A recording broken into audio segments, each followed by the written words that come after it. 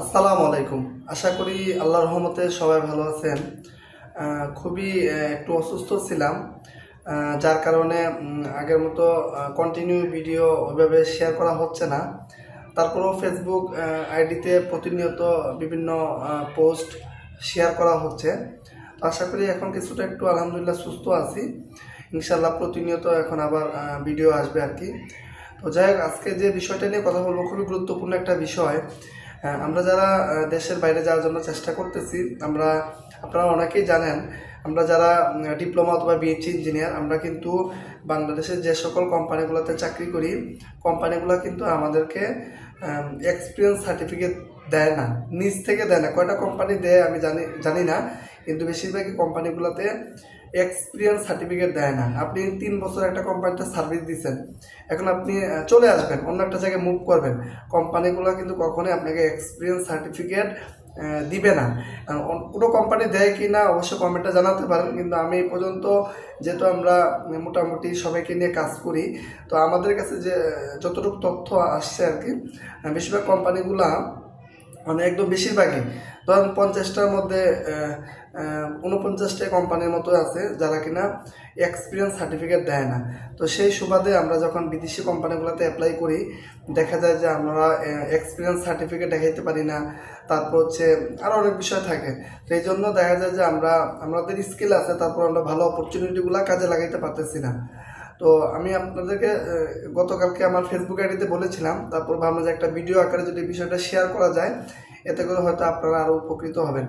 তো আপনারা যারা মিডল ইস্টে বা ইউরোপে বা যে কোনো দেশে যাওয়ার জন্য কাজের ভিসা বা স্কিল পারপাসে যারা যেতে চাচ্ছেন, ওয়ার্ক পারমিটে যারা যেতে চাচ্ছেন, আপনারা বাংলাদেশে যে কোনো কোম্পানিতে চাকরি করেন, হতে পারে ফুড বেভারেজ বা পাওয়ার প্ল্যান্ট, কনস্ট্রাকশন বা যে কোনো সেক্টরে আপনারা জব করতে পারেন। তো আপনারা চেষ্টা করবেন এক্সপিরিয়েন্স সার্টিফিকেট যদি কোম্পানি থেকে ম্যানেজ করা যায় তাহলে তো খুব ভালো, আর যদি না হয় নিজেরা তৈরি করবেন।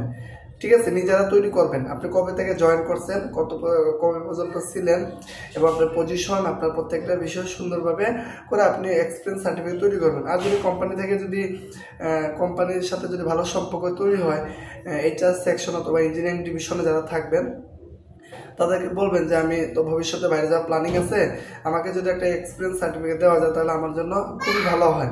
এই হচ্ছে বিষয় আর কি। তো যদি না দেয় তাহলে আপনারা যে কোনো একটা কম্পিউটার দোকান থেকে এটা করে নেবেন। একজনের 3-4টাও অভিজ্ঞতা থাকতে পারে। চেষ্টা করবে 3টা কোম্পানিরই এক্সপিরিয়েন্স সার্টিফিকেট তৈরি করা। কারণ আপনি ডিপার্টমেন্টে থাকেন বা নন ডিপার্টমেন্টে থাকেন, যে কোনো সেক্টরে থাকেন না কেন, আপনি এক্সপিরিয়েন্স সার্টিফিকেট নিজেরা তৈরি করে ফেলবেন, একটা ইস্যু। আরেকটা হচ্ছে আইডি কার্ড রাখবেন। অনেক কোম্পানি আছে, যদি আপনি এক্সপিরিয়েন্স সার্টিফিকেট দিতে না পারেন, ইমিডিয়েটলি যে কোম্পানিতে ছিলেন ওখানে আইডি কার্ডটা যদি শেয়ার করেন, তাহলে কিন্তু এজেন্সিদের জন্য সুবিধা হয়। আর আরেকটা বিষয়, সেটা হচ্ছে ভিডিও।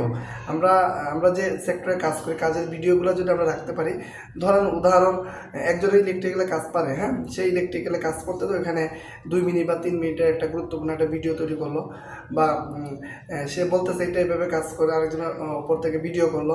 অথবা আমরা যারা ড্রাইভিং করি, আমরা ড্রাইভিং চালানোর সময় আমরা ভিডিও করতে পারি। অথবা আমরা যারা অটোমেশনে কাজ পারি, সেম। তো ঠিক আছে, আমরা যারা কম্পিউটারে কাজ পারি, কম্পিউটার, তো ভিডিও রাখার চেষ্টা করবে। এগুলা কী হয় যে আপনার এক্সপিরিয়েন্স সার্টিফিকেট বা আইডি কার্ড বা ভিডিও, এগুলো যদি আপনি ওয়ার্ক পারমিটে কোথাও যেতে চান, এগুলো যদি সাবমিট করেন, বিশেষ করে এক্সপিরিয়েন্স সার্টিফিকেটগুলো বা আপনার আইডি কার্ড হইলে আনা। তারপর অনেক জায়গায় অনেক কোম্পানি আছে ভিডিও চায়, সেটা হোয়াটসঅ্যাপে দিবে, ওরা আবার কোম্পানিকে ফরওয়ার্ড করবে বা ইমেলে বা যেভাবে হোক ফরওয়ার্ড করবে। তো এই বিষয়গুলো মাথায় রাখবেন, ঠিক আছে। আমরা যদি স্কিল হয়ে বা আমাদের সঠিক ডকুমেন্ট যদি ভালোভাবে সাবমিট করতে পারি, সেটা মিডিল ইস্টের হোক বা যে কোনো দেশে হোক, আমাদের কিন্তু ভিসা রেশিওটা ভালো থাকবে। এজন্য আমাদের বেশিরভাগই ভিসা রেশিও কম হওয়া বা ভিসা রিজেক্ট হওয়ার সবচেয়ে বেশি কারণ হচ্ছে কোম্পানির রিকোয়ারমেন্টের সাথে আমাদের মিলে না, বা আমরা পেপারসগুলো ভালোভাবে সাবমিট করতে পারি না। অনেকে মনে করে সমস্যা নেই, আমার তো আরও ভিসা বের হচ্ছে। তো দেখা যায় কখন কোন পলিসি, কখন এমবাসির নিয়ম হয় আমরা অনেকে জানি না। এই জন্য আমরা চেষ্টা করব, আমরা যদি ওয়ার্ক পারমিটে কোথাও যাই, অবশ্যই আমাদের যে পেপারস বা ডকুমেন্টগুলো আছে এগুলো আমরা সাবমিট করব। আমার সিভিতে 3টা কোম্পানি দেওয়া, আমি চেষ্টা করব 3টা কোম্পানির ডকুমেন্ট রেডি করা, 2টা দেওয়া রেডি করব। আরেকটা বিষয় আপনাদেরকে বলি, আপনারা অনেকেই বিভিন্ন জায়গায় ট্রেনিং করেন, প্রজেক্ট করেন, এগুলার সার্টিফিকেটগুলো রাখার চেষ্টা করবেন। না হলে আপনি বানাবেন, কোনো সমস্যা নেই ভাই, আপনি কাজ তো করছেন জেনুইন। অনেকে ফেক বানায়, সেটা হচ্ছে আলাদা বিষয়। আপনি একটা প্রজেক্ট করছেন 2 মাসে, সার্টিফিকেট নাই, আপনাকে প্রতিষ্ঠানও দেয় নাই বা আপনিও আনেন নাই, বা যেভাবে হোক আপনাকে এটা ম্যানেজ করতে হবে। ঠিক আছে, আমরা চেষ্টা করবো আমাদের সার্টিফিকেটগুলো রাখার, এতে করে আমরা বাইরের দেশে যদি আমরা অ্যাপ্লাই করি তাহলে কিন্তু আপনার জন্য এটা একটা প্লাস পয়েন্ট।